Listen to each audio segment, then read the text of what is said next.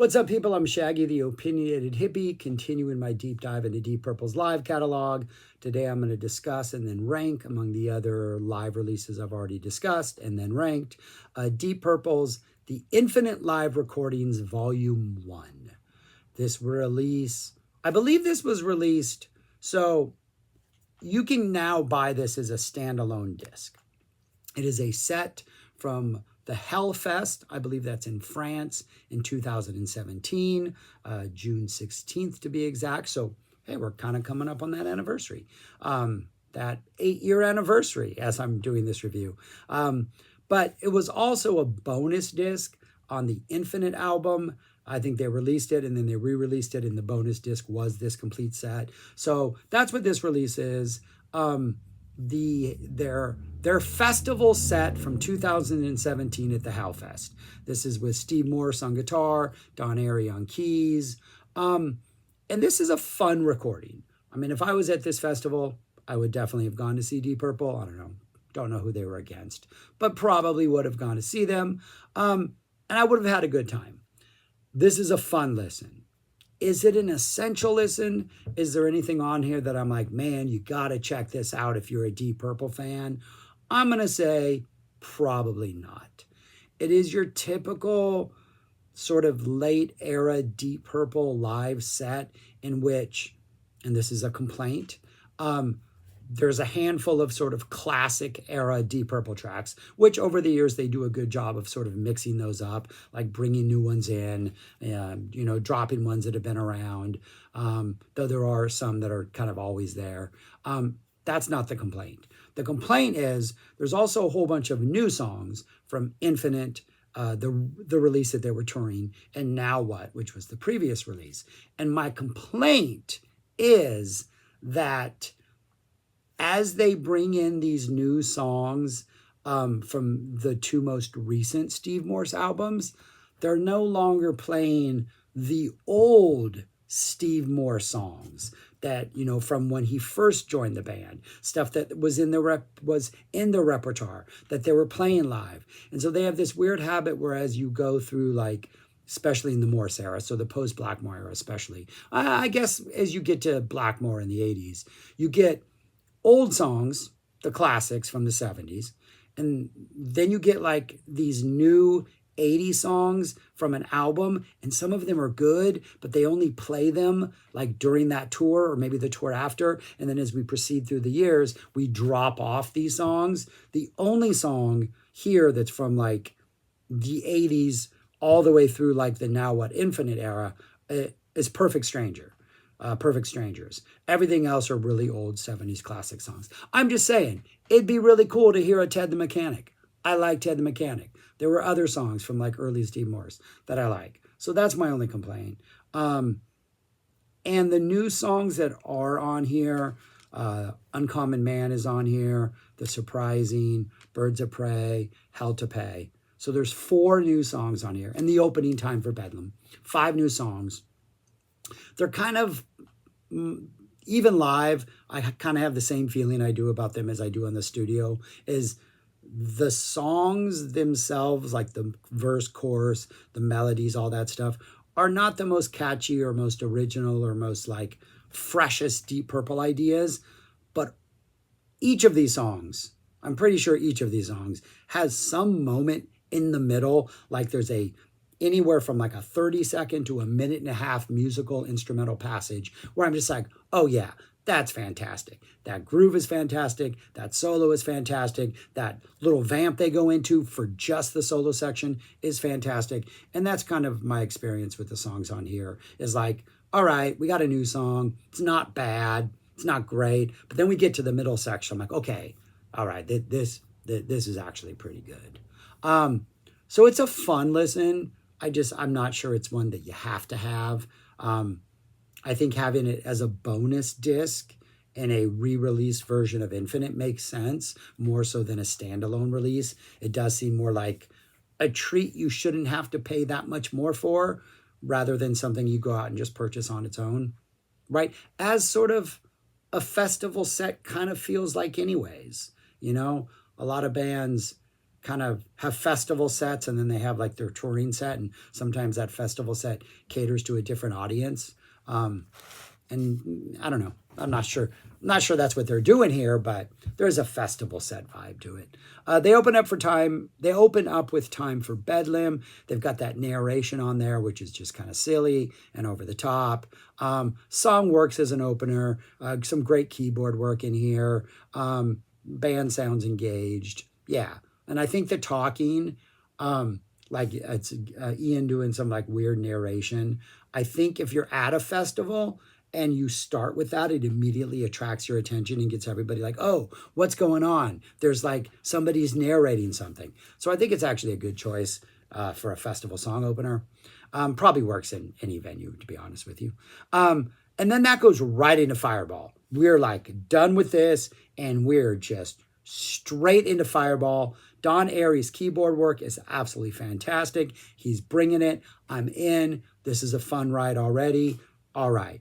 Soon as they finish Fireball, right into Bloodsucker. And this is almost like Fireball seems like Airey's kind of chance to kind of shine. And then Bloodsucker, Morse is like, all right, I'm now going to put my imprint on this show. So we get some really nice Morse in here. And it just works. The energy works, the performance works. This like bam, bam, bam energy from, early in the show completely works. And then as soon as they finish Bloodsucker, right into Strange Kind of Woman. Absolutely wonderful. Though, weird little sound effect, pedal, something that Morse is using on his solo that I'm not really sure I agree with. Interesting. But then in the middle part, we get this weird little sounding Morse solo. Then we get an Airey keyboard solo that's super cool. We kind of run through the song, and then right around the 4-minute mark, this goes on for close to 8 minutes. We kind of stop and go into like this new vamp, different from what they would do in the Blackmore era, but they still, I guess there's this need to stretch out this song and make it more than just what we have on the album. And so it goes into this weird, almost like they're just sustaining like this note and this vibe while Ian goes on this rant, and it almost sounds like it's memorized, but it's a weird story, and Ian is just like hitting it and like really going. Like it might be rehearsed. It might be something he's done before. Kind of reminds me of the Frank Zappa poem that he would drop in Don't Eat the Yellow Snow, where it sounds improvised, but it's actually something that's memorized. It's kind of the vibe I get about this. And then Ian does this for a while, and then Morse starts to shred for a while. And then they just kind of fool around for a couple minutes. I don't think it's as effective as the stuff they would do in the Blackmore era. That was just fun and felt like it was born out of something spontaneous, and then it eventually just became part of the Strange Kind of Woman routine. So it's interesting that they do this. Not as successful, but I like the fact that they're at least trying to keep this sort of thing happening in Strange Kind of Woman. So it's a great start, including the Time for Bedlam. Then we get a couple new songs. Then we actually get 4 new songs with a really, really well-placed Lazy right in the middle. I love Lazy, one of my all-time favorite Deep Purple songs. I think the Morse era, the energy of the Morse era Lazies are fantastic. So we get the Uncommon Man, which has that horrible keyboard fanfare sound.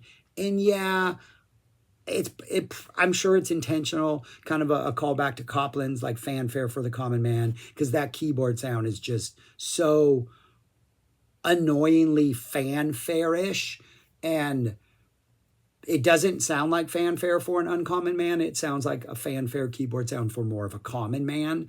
But I understand its reason here. But then we get this kind of cool middle section where the bass playing is really cool, really nice Morse solo. This is one of those more like dramatic building set piece type, ballady type things with dramatic parts. Kind of like not an updated version, but like a more recent like Child in Time slot holder right here. It's got its moments. The beginning's a little too new agey with more shredding over it, but an interesting choice. Then we get the surprising. The early music on this reminds me of like just the way the riff is and the kind of the darkness of the guitar, like early Def Leppard, like maybe their second or third album. I like that, or like a deep cut on Pyromania. Ian's vocal delivery is very like, this is serious. I'm in a serious storytelling mode with this. We get serious, Ian. But then we get this really cool middle section with this proggy keyboard run, little Genesis-y at times when it gets a little kind of little more pastoral proggy flirting with. Kind of a cool song. Kind of like it. Then after that, we go into Lazy. Nice 2.5 minute, almost not quite long keyboard intro. Then Morse comes in. We get the riff drop. Great energy, great jamming. Glover, the bass on this, like all of a sudden, Glover is like stepping up his game and is like absolutely killing it. Great version of Lazy. Then we got two more new songs, Birds of Prey, which starts off with like a slower, bluesier, grittier vibe. Nice little spacey middle epic part with the Morse vibe solo, with Morse solo in the middle. But yeah, really kind of a proggy vibe in the middle that works. And then Hell to Pay, it's kind of your more cheesier, upbeat, fun rocker. Ian seems to be having a good time, though I don't think the song is that good. Morse has a pretty decent solo in here. Nice, tasty keyboard solo in the middle. And that's it. Those are the new songs. We run through those. Then we get a Don Airey keyboard solo. Got some organ, some synth. Bad synth sound comes in at one point. Airey's not always really successful with his synth sounds. We get a Frere Jacques quote, which is just, I teach kindergarten. You can teach anything if you just put it to the tune of Frere Jacques. I don't think I want to see one of my favorite hard rock bands quoting Frere Jacques. So for me, that's a no. Pick something more obscure. Sorry. I know they're in France. Maybe it's only because they're in France, right? Maybe that's why. That's now dawning on me. Pick another French song. There's other French songs. I'm a no on the Frere Jacques. That goes into Perfect Strangers, which for some weird reason, and maybe there's something going on like a festival level that I don't understand. There's like sound effects and a helicopter and what sound like video game shots. Really weird intro. And then the organ comes in and we're off into Perfect Strangers. Doesn't feel quite as heavy as like the Blackmore era or even previous Morse era versions of this. And the keyboard sounds are almost too bright. And so it's a slightly different vibe, but still a great song.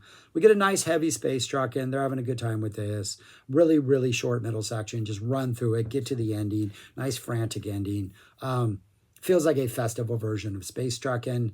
Then they go right into Smoke on the Water. Just, we're not messing around. Dun, dun, dun. Straight up Smoke in the Water. Then I think maybe there's an encore break here, because after Smoke on the Water, they play the Peter Gunn theme. Yeah. Dun, dun, dun, dun, dun, dun. They play the Peter Gunn theme. Just going to leave that there. And then that goes into Hush, and Hush sounds fantastic. Airey's organ sound is nice. The Morse energy is good. There is this Morse's guitar playing on here, really, on this song more than any other, the contrast between like old school, this kind of whatever Hush is, this kind of 60s rock that of Deep Purple versus Morse's shredding. It's a weird combination, and it kind of doesn't work, but it also kind of does work. But yeah, it's a great version of Hush. Great organ play. Airey sounds amazing. They're doing that trading solo thing where their licks get shorter and shorter and shorter until they're playing together, and we climax and go back into the song. Really, really good version of Hush. And then that goes into Black Knight, which they just, nice closer. They take their time. We got some audience participation, some great organ work. They're just kind of jamming it out, just kind of writing out, taking their time, nice and long, and like, hey, it's the end of the show. It's a festival. We got to get off in like 4 minutes, so let's play for 4 more minutes. Fun. I would have had a good time had I was there. Question is, how often do I want to go back and listen to this? I don't think anything on here is particularly like amazing and is a must hear, but I also don't think anything is particularly bad. For me, the low point is probably Uncommon Man, just because that there's parts that just don't work, and the synth sounds don't always work. And then the Frere Jacques, even though it's in France. We don't need that. But yeah, I mean, I'm glad I own it. Glad I listen. I'll pull it out and listen to it, enjoy it. Can't say it's one of those I would recommend unless you're like, if you're a hardcore Deep Purple fan. I mean, it's a fun listen. It's a fun listen. Yeah. Airy, I think, is the highlight. Morse is his normal Morse self, but I think some of the stuff Don Airy does is probably the best stuff on here, but it's also the most like, ooh, wish that wasn't there. But where would I rank it if I was going to rank it among the others? It's way towards the bottom. It's down there at number 15. Bombay, right above that, has just better songs. There's some better, deeper cuts on that. But yeah, fun listen, towards the bottom. Sounds great. Good energy. Just nothing really uniquely amazing. But yeah, all right, that's all I got. Thanks for watching. If you listen to this, let me know your thoughts. Subscribe, like, share, comment. Let me know anything I messed up on. And yeah, that's all I got. Peace. Talk to you later.